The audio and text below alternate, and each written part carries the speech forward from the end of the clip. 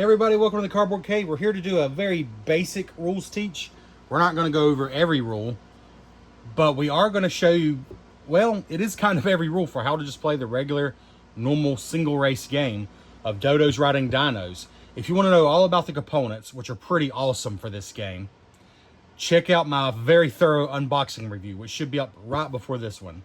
I decided to do this gameplay example and light rules teach as its own separate video. So check that out if you want to know all about the game. But it's 1 to 8 players, ages 8 and up, 20 minutes. A super fast game, very simple. Basically, it's Mario Kart, the board game, but with the theme of dodo birds riding dinosaurs, which is pretty awesome. But it is not your typical racing game. It is more Mario Kart than anything. It's silly, it's light, but it's not completely mindless from what I'm gathering from the rules. So let's see if I can do this without taking forever. So to set up the game, you choose one of the 4 maps. It comes with 4. We're going to do the beach island here. They all look really cool. This one's basic in the sense that there's nothing crazy that happens. You just move. So you got an outer track, which is the beach, which the game recommends for just 1 to 4 players. They actually recommend this shorter track in here for 5+ players. Which is interesting, but I guess it's just because the game's going to take longer if you got more players taking turns. So you do the shorter track and you're still going to finish it quickly. But obviously it's your choice. Use either one you want. So in a way, this game has 8 tracks, which is really impressive. Because you've got technically 2 tracks per side, and it comes with 2 double-sided boards. Anyways, to play the game, everybody chooses a character and a character card. For example, we have the T-Rex and Dodo here. And they, whenever I deal damage to a racer, including myself, they take 2 additional damage. And we're mimicking a 4-player game here, but I'm only going to take turns for 2 characters, just so I don't overwhelm myself. So, for example, this character picked the pterodactyl, which is pretty awesome, because whenever you advance, you can basically fly over other characters. You skip their hexes, whereas normally you don't skip hexes with other characters. So that's the 2 characters that I'm showing you, but there are a bunch in the game. We'll just know that, and every single player obviously is going to get one. So, everybody chooses their characters. You decide who's going first, and it's actually the last 2 players, whoever's going last, get at the start of the grid, which makes sense because it's a little bit of a disadvantage of going last. So we're going this way, clockwise. Here's the start-finish line. Whoever crosses it first ends the game, but you do finish that round out, so everybody gets to finish the round, you know, because it wouldn't be fair otherwise. And then it's actually whoever's made it furthest past the finish line is the winner. So the person who triggered the end of the game by crossing the line may not necessarily win, because everybody does get to finish the round, which is only fair, because you're kind of assuming this is all happening at the same time. Anyway, so let's say those 2 players are going last. They start there. And then let's say the T-Rex is going first, so he'll start on the next space back, along with basically the players are going second. So in other words, whoever's going last starts here, and you do 2 per space. It doesn't matter. This space is just 1 space, so both these are going here. And then the first and second player are going on the space behind that. And if you're playing with more than 4 players, everybody else crams into the 3rd space. So nobody is starting more than 3 spaces back, in other words. All right. And now you deal everybody a hand of 6 cards, okay? Ooh, that's a bad starting. I mean, that could happen, but I'm going to change it up a little bit at least here. Let's do this. There we go. So at least I can show you all the different cards. So you start with the hand of 6 cards. There is no hand limit in the game. So the green cards are not eligible for the next thing I'm about to show you, because you got basically your race cards are the red ones and the blue ones. They're very similar. They all let you move forward, whatever number it shows. And then you do the effect, which can be big. But the red cards are considered stronger than the blue cards. But the twist to this game, in a 4-player or less game, only 1 person is allowed to play a red card. Otherwise, if more than 1 person plays a red card in a round, the effect is canceled. You only look at the number. So the blue cards are safer, because usually your effect's not going to be canceled unless somebody does something else to stop it, which we'll get to. So you got red and blue cards. Green cards are called reaction cards, and they're a reaction to what other players are doing, or not necessarily just other players. They're just something you can do during your turn, basically. And this is done after you do your regular movement. So whether you're reacting to somebody else or you're doing it on your own turn, these are played during your turn. Red and blue are played at the beginning. So let's do a practice turn here. All right, this is our hand. Everybody's secretly choosing one. All right, let's say I'm looking around the table and I see everybody, obviously we just started, everybody has a hand of 6 cards. So chances are everybody's got some red cards, so I don't know if I want to risk that. Let's see. All right, I'm going to do this one. It's called the Dino Jump. I move 2 and then I roll a dice. It doesn't matter which one. These are 6-sided dice. And I can move that additional amount. So I could be rolling up to 6 additional. So it's a risk, but it's a cool one. So I'm going to play that. Okay. And let's say the next person around the table is looking at the hand. Oh my goodness. I probably didn't do the best job shuffling, but this is a crazy hand. Well, they've got so many red cards, they're going to risk it. They're going to try this one, okay? So that's their secret card. And again, everybody's going to do this. So, yeah, let's do it the right way. Even though I'm not going to take turns for everybody. I'm just going to kind of show you my turn. We are going to do this part correctly for it to work. So they're looking at their hand. They're thinking about playing that red card, but they're worried about it. So maybe they're going to do this one. Okay.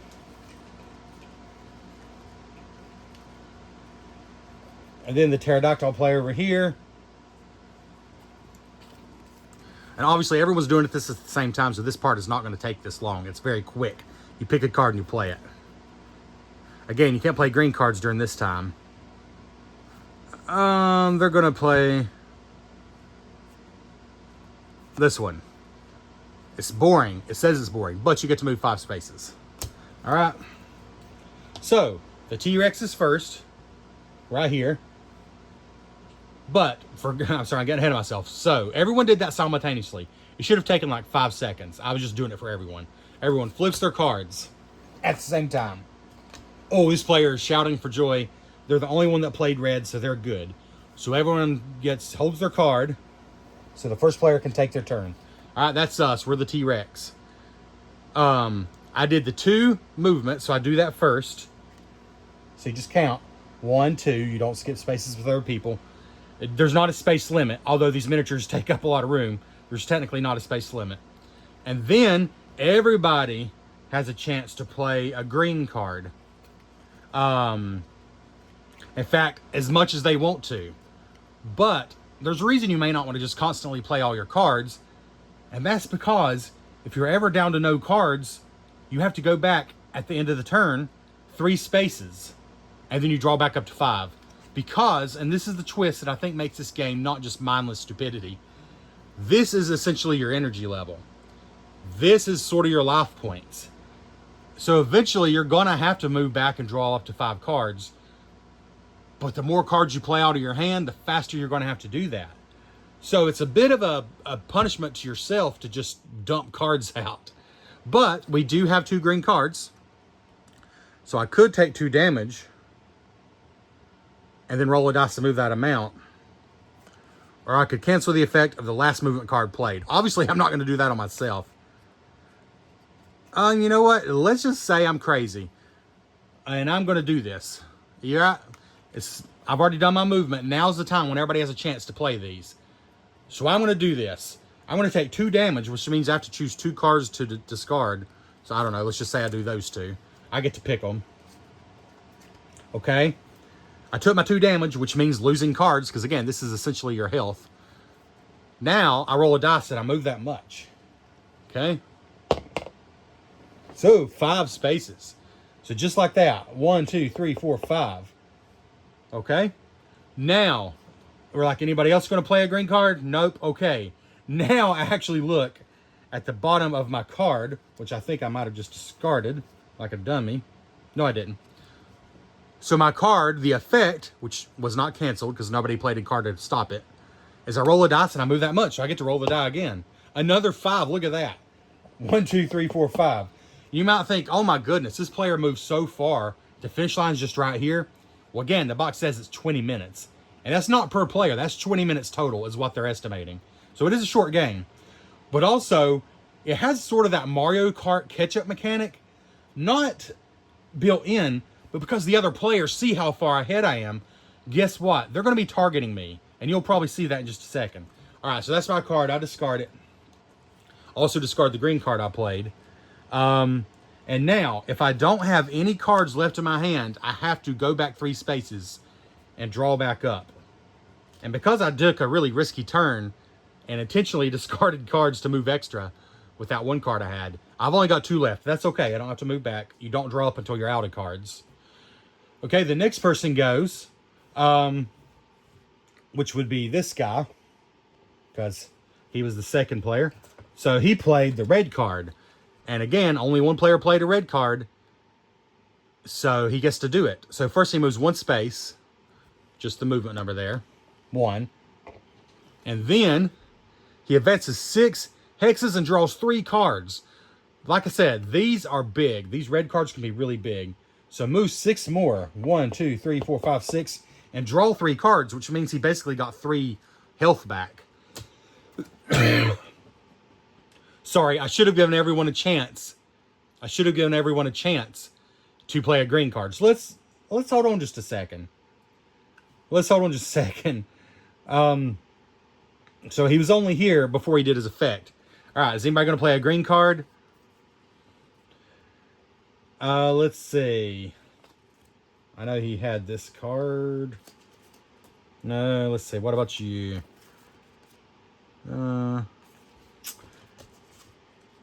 Nope, I don't think anybody's going to play a green card. Okay, so he got to move. I had that card that let you cancel the effect of a card, which would have been amazing to play there. But I actually discarded it when I took damage, so never mind. 1, 2, 3, 4, 5, 6. So he got to draw 3 cards. Good.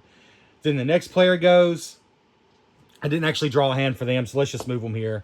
All right, the pterodactyl. Let's do their turn next. Let's just pretend they went. The pterodactyl player.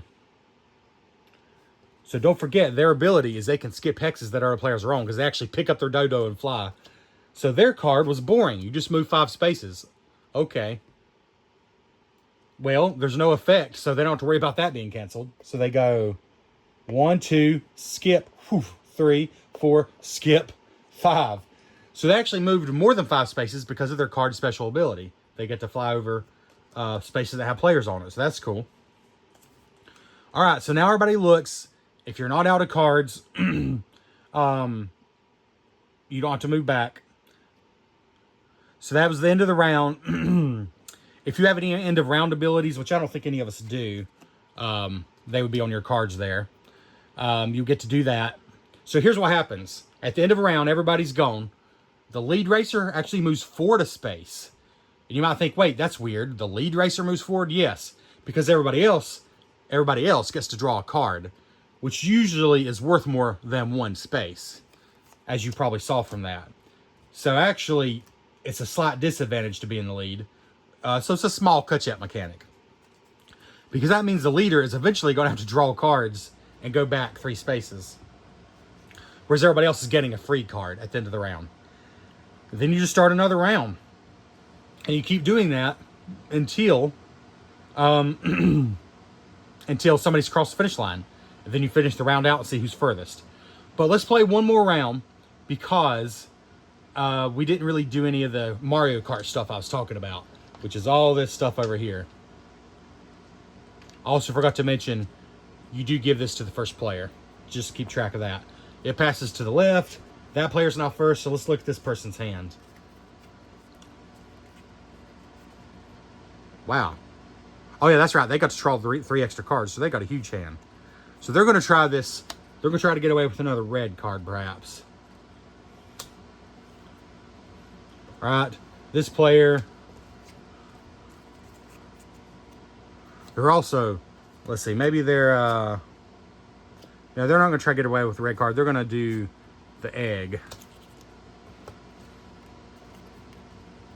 You know what? Let's play that. I kind of skipped the third player last time. Let's not skip them. Let's say they're going to play this one.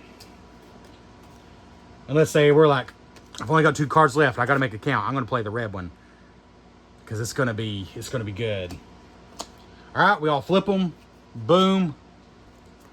Oh no, somebody else played a red card. So both those players are mad because they tried pushing it and playing a red card, but their effect's now going to be canceled. All right, but this player was going first, so let's look. All right, so they still get to move 2. And I believe we said that was this character. I don't remember which one it was. I think it was this one. 1, 2. Now everybody can still react with green cards, but the effect's already canceled because we both played red cards. So that's it. That's the end of their turn. All right, the next player goes. They get to move 2. And I think we said this was the next player. I don't remember. 1, 2. I'm probably messing that up. But you would know if it's you, because you would know which dinosaur you picked. It's just confusing trying to play 4 characters. All right, everybody has a chance to play a green card. This player's like, yeah, I'm going to play a green card. So this says karma. Roll a dice and everybody, including you, takes that amount of damage. Well, that was risky. They rolled a 3. So everybody has to discard 3 cards, which they can pick. 3 cards from everybody. So basically you're like trying to bring everybody back some. Well, the dinosaur did not have 3 cards. He only had 1, so he discards what he has. So at the end of this turn, the dinosaur's out of cards, so he's going to have to move back. I mean, sorry, the T-Rex. Why did I say dinosaur? Okay. So he played a green card. All right, nobody else wants to play green cards? Okay, fine. This player gets to finish their turn with the effect. Flick an egg of 2 damage. On a hit, draw a card. So, all the items, the feather, the log, the meteorite, the egg, and the bananas are slightly different. The egg, you actually put right beneath you, and I think we said it was this guy. It's kind of like you're shooting the egg out of your area. You flick it with 1 finger. You're not supposed to use your thumb. You just flick it with the finger. And we're just going to go for the easy target here right in front of us. Anybody you hit, so it says 2 damage. So the pterodactyl player, who was this one, has to discard 2 cards. They only have 1, so they're also going to be moving back at the end of the turn. And I, according to the card, and you just got to read what the card says. That's the cool thing. It says I get to draw a card. All right? So that player got to draw a card. All right. That player's turn is over. So now the T-Rex is moving back 1, 2, 3 and drawing back up to 5 cards. 2, 3, 4, 5. And who else? The pterodactyl has to move back 3. 1, 2, 3 and draw back up to 5. So you see there's constant jockeying for position.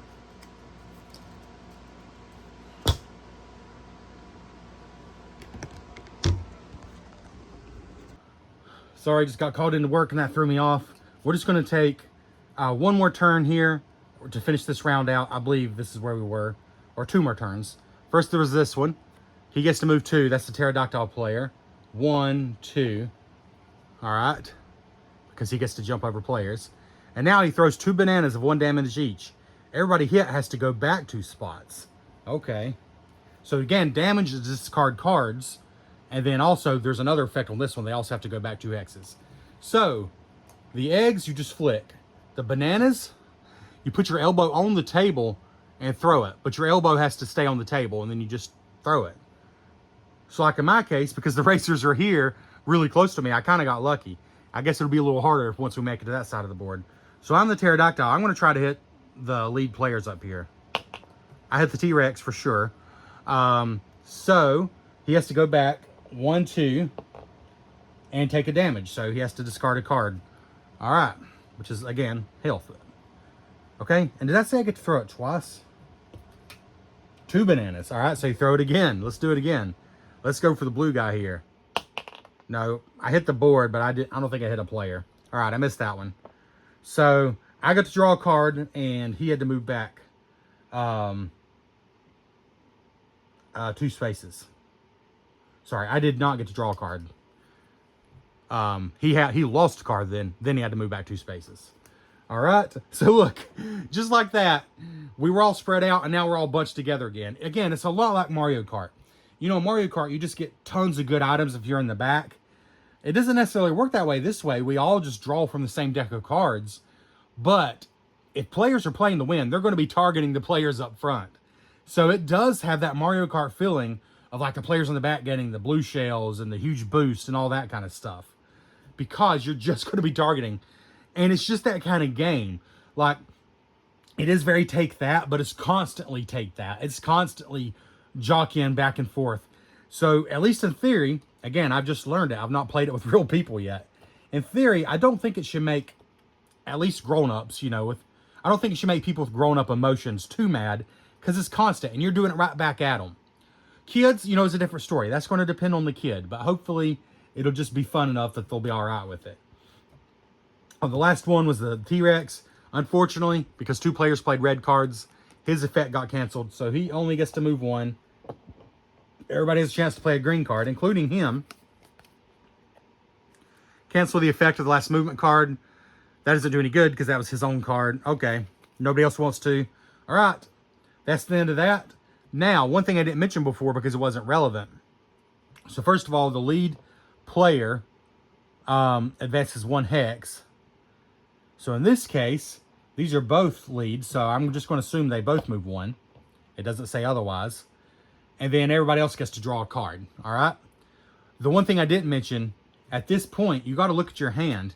If you don't have at least 1 movement card, which is red or blue, you also have to move back 3 hexes and draw up to 5.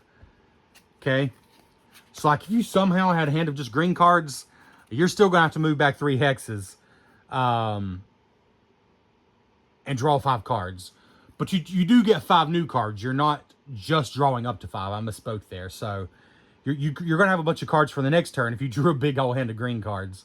But still, it's important to remember that, because you got to have a card to play. You can't play a green card during the next phase. You can only do that, like I said, after somebody's moved. Okay, I feel like I still made that more convoluted than it needed to be. It just makes sense when you look at it yourself. It has a whopping 2 pages of rules. All the other rules are like, if you want to play with 8 players, it does have some additional rules. Whereas like 3 to 7 is all the same rules. Except, and again, I'm going to point out the sheet here because I almost missed it. This is a sad mistake, an unfortunate mistake in the rule book. The aggressive card limit, the red cards, is only 1 with 4 players or less. It goes up to 2 with 5 or more players. The rule book misstates that, and that's important.